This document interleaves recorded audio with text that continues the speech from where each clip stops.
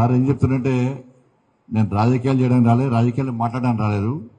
కానీ గతంలో ఉన్న ప్రభుత్వము ఎన్డీఆర్ఎఫ్ సంబంధించి విపత్తు సమయంలో ఉపయోగించాల్సిన పైసలను ఎన్ని విపత్తు వచ్చినా ఉపయోగించుకోలేదు, దాన్ని వాడలేదు. అటువంటి సర్కార్ ఇంతమంది ఉండే, అందుకే ప్రజలందరూ ఇబ్బందులో ఉండాలని చెప్పి అటువంటి పరిస్థితి రాకుండా చూడడానికి సార్ గురించి చెప్తాడు. ఇక్కడ ఏం రాజకీయాల గురించి మాట్లాడతలేము.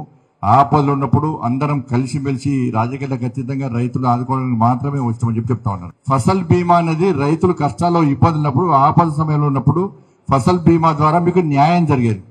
కానీ గతంలో ఉన్నటువంటి ప్రభుత్వము ఫసల్ బీమాని ఈ రాష్ట్రంలో, తెలంగాణ రాష్ట్రంలో అమలు చేయడంలో నిర్లక్ష్యం వహించింది, అమలు చేయలేదని. అందుకే రైతులు ఇప్పుడు కష్టాల్లో ఉన్నారు. ఆదుకునే ప్రయత్నం గత ప్రభుత్వం చేయలేదు కాబట్టి అందుకే రైతులు కష్టాల్లో ఉంటున్నారు. ఆదుకునే ప్రయత్నం వాళ్ళు చేయలేదు. కేంద్ర ప్రభుత్వం చేస్తానా కూడా చేయనిచ్చే అవకాశం గత ప్రభుత్వం ఇవ్వలేదు. మేమందరం కూడా రెండు రకాల ఆలోచనలు మేము చేస్తున్నాం. తాత్కాలికంగా మీకు ఏ విధంగా సహకరించాలని చెప్పి, దాంతోపాటు పర్మనెంట్ గా ఇటువంటి ఆపద రాకుండా, ఇటువంటి కష్టాలు రాకుండా ఏ విధంగా దీని సమస్య పరిష్కారం చూపెట్టాలో దాని గురించి ఆలోచిస్తాం. రైతులు ఎవరు కూడా కంటనీరు పెట్టుకోవద్దు. నరేంద్ర మోడీ గారు తప్పకుండా మీకు సహాయం చేయడానికే, మిమ్మల్ని ఆదుకోవడానికే, తెలంగాణ రాష్ట్ర ప్రభుత్వానికి సహకరించడానికే మమ్మల్ని పంపించడం జరిగింది. కేవలం పంట మాత్రమే వేది, దాని గురించి ఏ విధంగా తిరిగి మళ్ళీ పంట వేసుకోవాలో దానికి దారి చూపెడదాం.